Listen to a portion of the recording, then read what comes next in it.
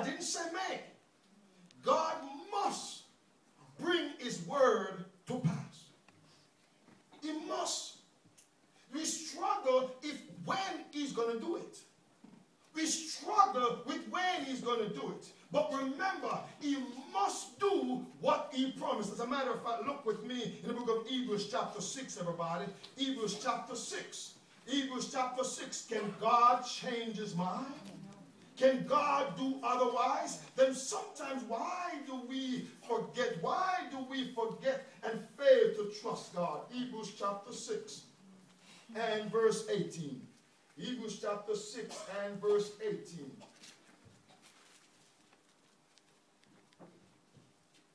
Hebrews chapter 6 and verse 18. You found it, say amen. Amen. You found the Bible said that by two immutable things or unchangeable things in which it is what? Impossible for God to what? Lie. It is what? Impossible for God to lie. Note that, beloved, it is impossible. Then the verse that we might have a strong consolation who have fled for refuge to lay hold upon the hope set before us. The hope that God has set before us, that hope must come true. Amen. I thought you would say amen. Amen. The hope that God has set before us, that hope must come true. It must come true, beloved. However, our circumstances oftentimes cause us to wonder whether God will bring it to pass. Because we can only look and reason situation based on where we are, based on our circumstances. But the Bible said it is impossible for God to lie. Therefore, whatever God said, we must rejoice that it must come to pass. Amen. So what we're going to do, we're going to claim his words. Amen? Amen. We're going to claim his words. We're going to stand on his promises. Would you say amen? Amen? We're going to stand on his promises, knowing that if he has promised, he must bring it to pass. He must. The struggle is when. And so we're going to pray now. We're going to pray and ask God for patience. We're going to ask God for what? Patience. For patience. Because his word must come true. So Lord, give me the patience that I will wait on you.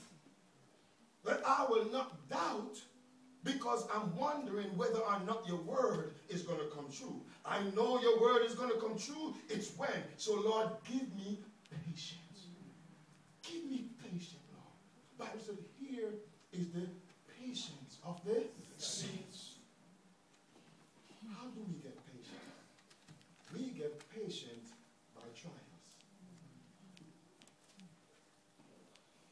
Somebody said to me the other day, this person is getting on my nerves so bad.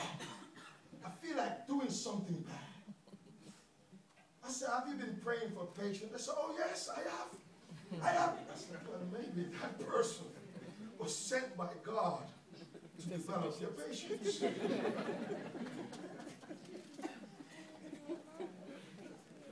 It is not the easiest thing to accept, but we need patience as we wait for the coming of the Lord. Amen? We need patience, and therefore patience doesn't just come down in our mind and we become patient all of a sudden. It doesn't happen like that. It happens as we go through trials. But we have the assurance that God will never give us more than we can bear. Would you say amen? Amen? He will always measure the test. Measure the test in such a way that if it is too much, he's going to take some off, and he's going to make sure that what we get is what we can bear. Would you say amen? Amen. God will never give us more than we can bear. So as we go through life, and we are praying for patience, we are praying to endure, because the Bible said, he that endure to the end will be saved. And so we need patience.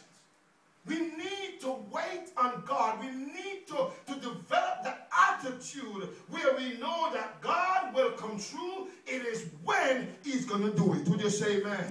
It is when God going to do it that matter. And so whatever we need, hear God in the book of Matthew chapter 11, everybody. Matthew chapter 11, hear the Lord. Matthew chapter 11.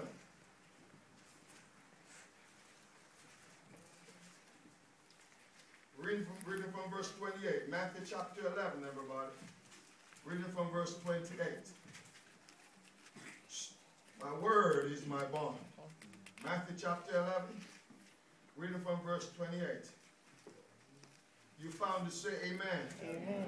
You found the Bible said, come to all who and are, and I will do what? Give you rest. Then he said what? Take my yoke upon you and do what? Learn from me, for I am meek and lowly in heart, and you will find what?